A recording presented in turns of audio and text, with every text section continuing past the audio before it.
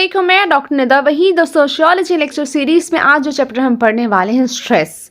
यानी स्ट्रेस क्या होता है, इसका फिजियोलॉजिकल और साइकोलॉजिकल क्या इम्पैक्ट होता है, हम इसको कैसे हैंडल कर सकते हैं। हम जो डिस्कस कर रहे हैं हम इसको मेडिकल पॉइंट ऑफ व्यू के लिहाज से डिस्कस कर रहे हैं कि स्ट्रेस क्या होता है। हम बहुत ज़्यादा स्ट्रेस के बारे में सुनते हैं, हमने बहुत सुना होगा, हम अक्सर अपने आप को बोलते हैं कि स्ट्रेस ले रहे हैं, स्ट्रेस ले रहे हैं, स्ट्रेस ले रहे हैं। बेसिकली ये स्ट्रेस होता क्या है, और जो हम घर पे लेते हैं, जो हम बोलते हैं हमें स्ट्रेस हो रहा है, इस चीज़ को स्ट्रेस हो रहा है, और क्या वो स्ट्रेस है कि नहीं। स्ट्रेस होता है, स्ट्रेस की अगर हम डिस्कस करें, स्ट्रेस आपकी टेंशन की स्टेट है। यानी जिसमें अगर आपको कोई भी प्रेशर हो, कोई भी काम का प्रेशर हो, कोई जॉब का प्रेशर हो, कोई पेपर्स का प्रेशर हो, या फैमिली की तरफ से कोई प्रेशर हो, या आप किसी भी पर्सनल इश्यूज़ की वजह से परेशान है, इंटरनली आपकी कोई भी डिमांड्स हैं, कुछ पूरा नहीं हो रहा है, आप अपने आप को खुद क्रिटिसिज्म करें, कोई भी रीज़न, कोई भी इंटरनल एक्सटर्नल सोर्स कुछ भी हो सकते हैं। इंटरनल यानी आपके अंदर कोई चीज़ चल रही है जो आपको परेशान करी, और एक्सटर्नल यानी आपको बाहर से कोई भी फैमिली है, सोशल है, सोशल गैदरिंग है, दोस्त हैं, जान पहचान वाले हैं, कोई भी इंसान किसी भी वजह से आप ज़्यादा सोच रहे हैं, टेंशन हो रही है, दैट इज कॉल्ड स्ट्रेस।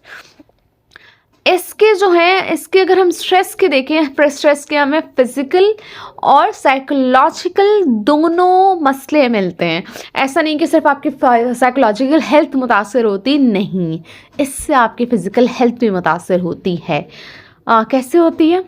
पहले तो आप क्या करते हैं, आप जो मसले होते हैं ना, कोई भी इशूज़ है, आपको जो कोपिंग स्ट्रैटेजीज़ है ना, उसको हल करने की सलाहियत वो कम होती है, और आहिस्ता आहिस्ता उसका इम्पैक्ट आपकी फ़िज़िकल हेल्थ पे भी आता है।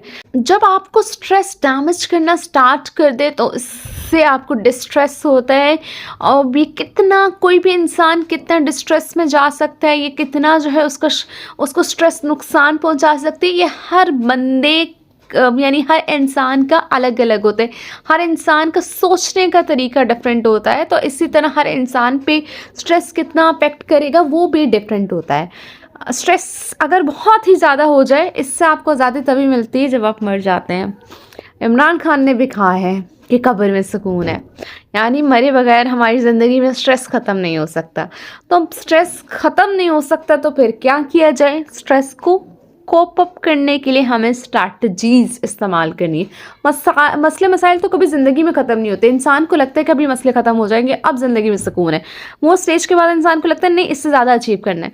तो इंसान की नेचर में कि सुकून से नहीं, वो चीज़ों को एंजॉय नहीं करता है। सो आप भी एंजॉय करना स्टार्ट करें। जो भी अल्लाह ताला ने आपको चीज़ें दी हैं, जो आप चाहते हैं, अचीव कर चुके हैं, तो उसको एंजॉय ज़रूर करें। खुश रहें जो भी आपके पास है। वो चीज़ें नहीं भी हैं तो जो चीज़ें अल्लाह ताला ने दी हैं आपको, you have to be happy. Stress के कॉजेस क्या क्या हो सकते हैं? स्ट्रेस के जो भी कॉज होते हैं, स्ट्रेस के कॉज कोई भी हो सकता है।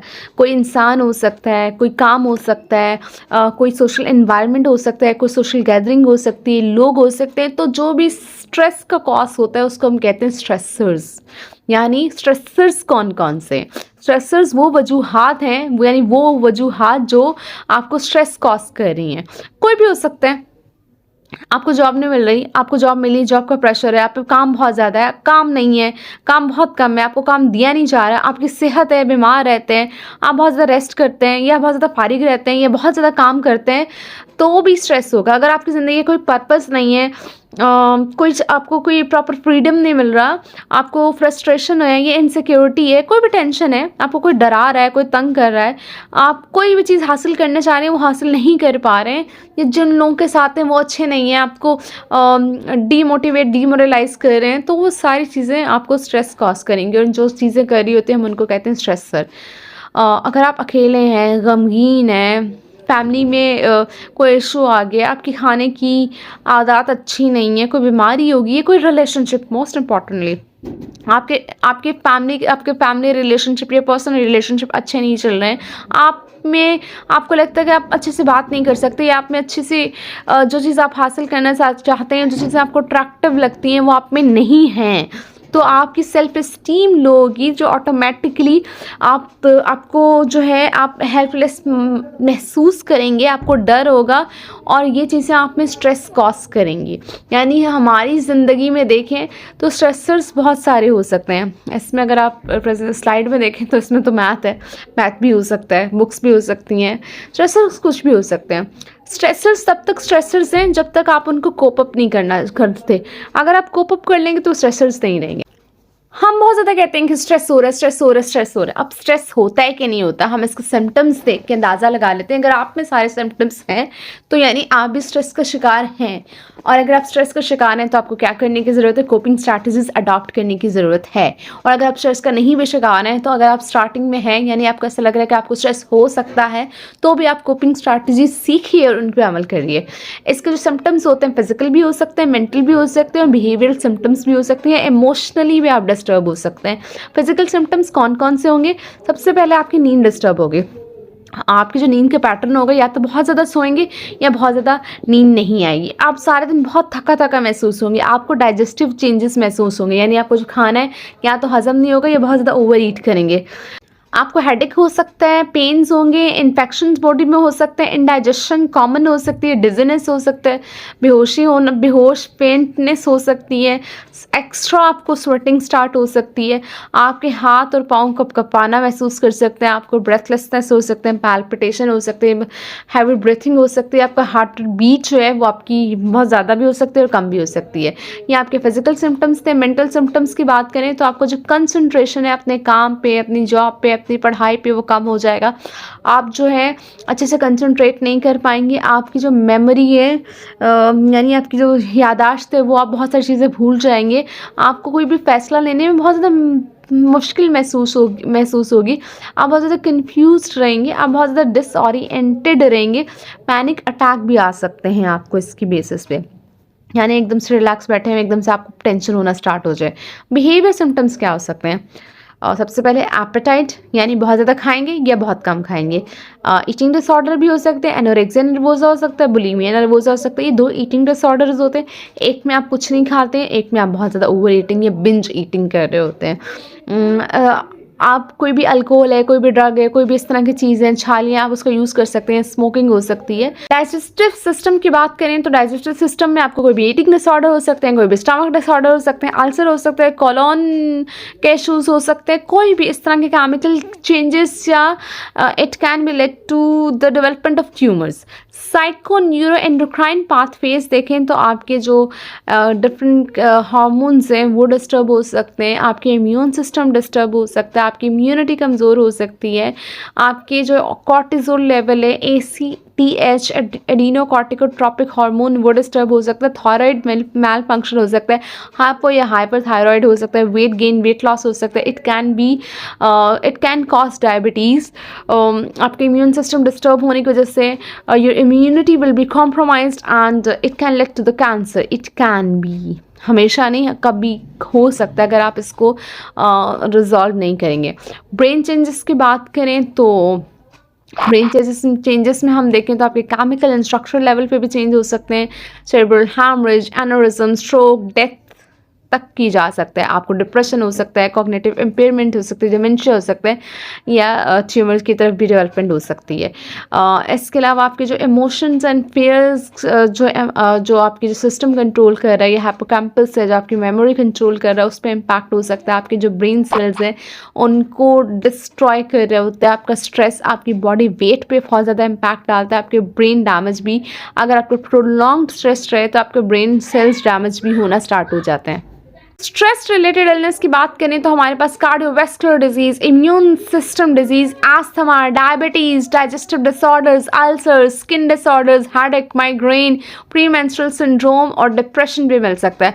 आप देखिए आपकी स्किन के एक्ने, स्किन के इशूज़ जो हैं बहुत ज़्यादा स्ट्रेस की वजह से इन्हांस हो जाते हैं। आपकी फिजिकल हेल्थ, बॉडी वेट का गेन या वेट लॉस बहुत ज़्यादा कॉमन हो सकता है। आपकी जो ईटिंग हैबिट्स हैं वो डिस्टर्ब हो जाती हैं। आपकी नींद का साइकिल डिस्टर्ब हो रहा होता है और डिसीजन लेने की पावर तो ऑटोमेटिकली डिस्टर्ब हो रही होती है। अब हम बात करते हैं, हमने डिस्कस कर लिया कि ये मसले होते हैं मेडिकल पॉइंट ऑफ व्यू के लिहाज से। अब हम इसको देखते हैं हमें इसको मैनेज कैसे करना है। मोस्ट इम्पॉर्टेंटली वो तरीक़ेकार जो आपके स्ट्रेस को मैनेज कर सकें। सबसे पहले सेल्फ कंट्रोल रखें, यानी आप खुद अपने आप पे कंट्रोल रखना सीखें। आप हैं सिर्फ वो इंसान जो अपने आप पे कंट्रोल कर सकते हैं। कोई दूसरा इंसान आके आपके डिसीजन से पावर को कंट्रोल नहीं कर सकता। आपको अपनी ज़ात को खुद कंट्रोल करना है, आपको अपनी सोच को खुद कंट्रोल करना है। आप कैसे सोच कंट्रोल करेंगे? जैसे आपके दिमाग में सोच आए आप तभी बोलें कि मुझे इस चीज़ के बारे में सोचना नहीं है, that's not good for my health, that's not good for me. तो जब आप अपने आप को सोच को बोलेंगे कि मुझे ये चीज़ सोचनी नहीं है, I don't want to concentrate on these things, तो फिर तब जाके हम आपका सोच का पैटर्न तब्दील होगा। जब आपका सोच का पैटर्न तब्दील होगा तो ऑटोमेटिकली आपकी हैबिट्स वगैरह, आपकी ज़िंदगी बेहतर होना स्टार्ट होगी। चीज़ें तब्दील नहीं होती, तब्दील हमें खुद करना पड़ता है। अपने हम खुद अपने अंदर से तब्दील होते हैं। हमें खुद अपने आप को पॉजिटिविटी अपने अंदर पैदा करनी है, वो लेके आनी, कोई और इंसान लेके नहीं आएगा। तो you are the one who can control your self, कोई और नहीं। अपनी हैबिट्स को चेंज करें, अपने फारिग टाइम अपने लिए टाइम निकालें जिसमें आप कोई ना कोई डिफरेंट एक्टिविटीज़ करें, कोई हॉबी आप सेलेक्ट कर लें जो आपको अच्छा लगता है। कोई भी वो चीज़ें करें जो आपको अच्छी लगती हों ताकि आपको सुकून मिल रहे। अपनी ज़िंदगी में गोल सेट करें। जिस इंसान की ज़िंदगी में गोल होते हैं ना और फिर वो अचीव करता है, गोल अगर आपको नहीं मिल रहे हैं तो उसको हासिल करने के लिए कोशिश करें। ये ना हो कि गोल नहीं मिल रहे और स्ट्रेस लेके बैठ जाएं। अपनी ज़िंदगी में सुकून तलाश करें। आपको कहीं ज़रूरत है आपको अपना कम्युनिकेशन बेहतर करने की, कहीं बात करने की, आपका जो भी वर्क एनवायरनमेंट है जहाँ पे भी रह रहे हैं, 1 दिन 2 दिन के लिए आप कहीं चेंज कर सकते हैं, उसको चेंज करें। आपके पास जो सिचुएशंस हैं उनमें रहते हुए आप अपने स्ट्रेस को कैसे मैनेज कर सकते हैं, ये भी सोच आपके अंदर आएगी। जब आप सोचना स्टार्ट करते हैं, जब आप कोई तरीक़ाकार ढूंढना स्टार्ट करते हैं तो अल्लाह ताला भी आपको वो रास्ते दिखा देता है, आपको वो चीज़ें दिखा देता है जिससे आप सुकून महसूस कर सकें। अपना जो रूहानी ताल्लुक़ है उसको मजबूत बनाएं। रिलैक्सेशन थेरेपी लें, कोई सुकून वाली जगह पे चले जाएं। रिलैक्सेशन थेरेपी में कुछ भी हो सकता है। आप म्यूज़िक भी सुन सकते हैं, आप रिलैक्स होकर चाय का कप भी एक जगह बैठ के सुकून से पी रहे हैं तो भी सुकून हो सकता है। आप किसी पार्क में बैठ के आराम सुकून कर सकते हैं। आप कोई भी एक्सरसाइज कर सकते हैं, स्ट्रेचिंग एक्सरसाइजेस या स्विमिंग या स्पोर्ट्स कोई भी खेल सकते हैं।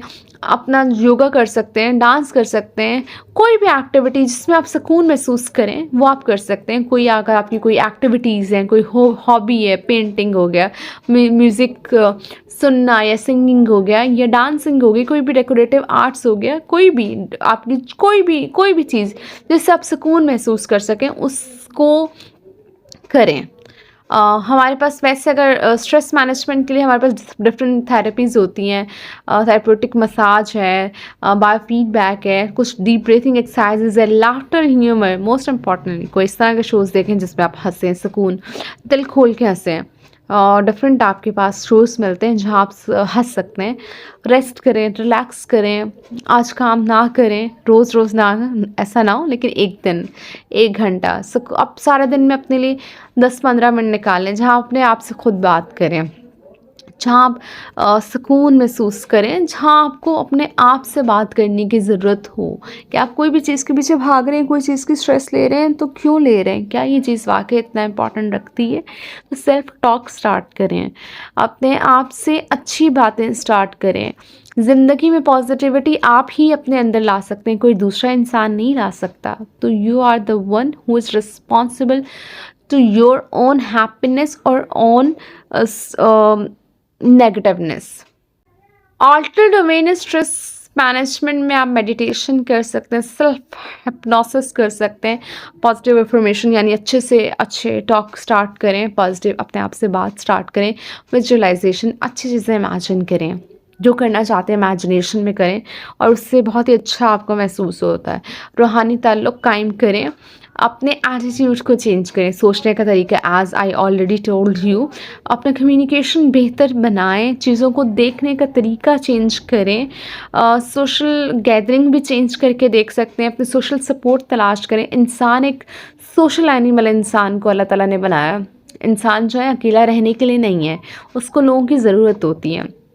तो हमें ज़रूरत है अच्छे इंसानों की जो हमें मोटिवेट कर सकें, जो हमें आगे लेके बढ़ सकें, ताकि हमें अच्छा, जो खुद अच्छा सोचें और हम में भी उसी तरफ रहें। नेगेटिव लोगों में रहेंगे, दूसरों को सपोर्ट नहीं करेंगे ऐसे लोगों के साथ नहीं रहेंगे तो आप भी दूसरों के अंदर नेगेटिविटी फैलाएंगे। तो हमेशा अपने आप को आइसोलेट ना करें, अकेले मत रहें। और अगर इन सब चीज़ों से कंट्रोल नहीं हो रहा, आपको प्रोफेशनल हेल्प चाहिए, मेडिकल की हेल्प चाहिए, तो ज़रूर मेडिकल हेल्प लें। कभी कभी ज़रूरत होती है कि आप साइकियाट्रिस्ट के पास जाएँ या साइकोलॉजिस्ट के पास जाएँ और उनको दिखाएं। अगर इस तरह की सिचुएशन है तो ज़रूर जाएं, ज़रूर हेल्प लें। स्ट्रेस का मतलब कोई पागल नहीं होता। जैसे फिज़िकल डिसऑर्डर हो जाते हैं, बुखार होता है, कफ होता है, या आपको गला ख़राब होता है, हेडेक होता है, इसी तरह आपको स्ट्रेस भी हो सकता है। और वहाँ पे आपको, जैसे आपको खुद से आराम नहीं आता, आपको मेडिसिन लेनी पड़ती है, इसी तरह आपको साइकियाट्रिस्ट या साइकोलॉजिस्ट के पास जाने की ज़रूरत हो सकती है। खाने में कौन कौन सी चीज़ें जो आपको अवॉइड करना है, जो आपका स्ट्रेस बढ़ा रही है। आप शुगरी ड्रिंक्स हो गए, अल्कोहल हो गया, डेयरी प्रोडक्ट्स हो गए, कैफीन हो गया, टी कॉफ़ी हो गया, रेड मीट हो गया, ये आपको क्या करते हैं, आपको व्हीट या ग्लूटेन कंटेन्स जो फूड है वो आपको क्या करना है, अवॉइड करना है। आपको स्ट्रेस बढ़ा रही हैं सब चीज़ें। आप क्या खाएं जो आपका स्ट्रेस रिलीव करें। वेजिटेबल्स लें, फ्रूट्स लें, पोटैटो, स्वीट पोटैटोज़ लें, दालें, ग्रीन्स वेजिटेबल्स, ग्रीन सब्जियां, पास्ता, राइस, ये आपको रिलैक्स करते हैं। आपके सीड्स हो गए, डिफरेंट नट्स हो गए, फिश, पानी सबसे इम्पॉर्टेंट, पानी पिएं, सादा, प्योर, साफ़ सुथरा पानी। ये सब आपकी जो है आपको स्ट्रेस कम करते हैं। वाइटामिन्स वो जो आपके स्ट्रेस में काम आते हैं, एक एंटीऑक्सीडेंट्स है, vitamin A, vitamin E, vitamin C, calcium, phosphorus, vitamin B5, different herbs हैं हमारे पास, होम्योपैथिक मेडिसिन हैं जो आप यूज़ कर सकते हैं, जिससे आपका ऑटोमेटिकली स्ट्रेस आपका रिलीव हो जाएगा। ये हमने डिस्कस कर लिया। कुछ फूड्स हैं जो आप खाना स्टार्ट कर सकते हैं, जिससे आपका जो है विटामिन्स हैं, जिससे आपकी ऑटोमेटिकली स्ट्रेस रिलीव होगा। अगर आपका स्ट्रेस रिलीव नहीं हो रहा है तो आपको हेल्प लेने की ज़रूरत है, मेडिकल केयर लेने की ज़रूरत है। तो आप जाइए, हेल्प लीजिए, इसमें कोई बुराई नहीं है, कोई मसला नहीं है। That's all about today's lecture. If you have any Curie, any question, you can comment in the comment section. अगर आपको मेरी वीडियोस पसंद आ रही हैं तो प्लीज़ लाइक करें, एंड मोस्ट इम्पॉर्टेंटली मेरे चैनल को सब्सक्राइब करें और जल्दी जल्दी बेल आइकन्स दबा दें, ताकि आपको मेरी नई वीडियोस की नोटिफिकेशन मिलते रहें और आप इसको देखते रहें। अपना ख्याल रखिएगा। Take care. अल्लाह हाफ़िज़।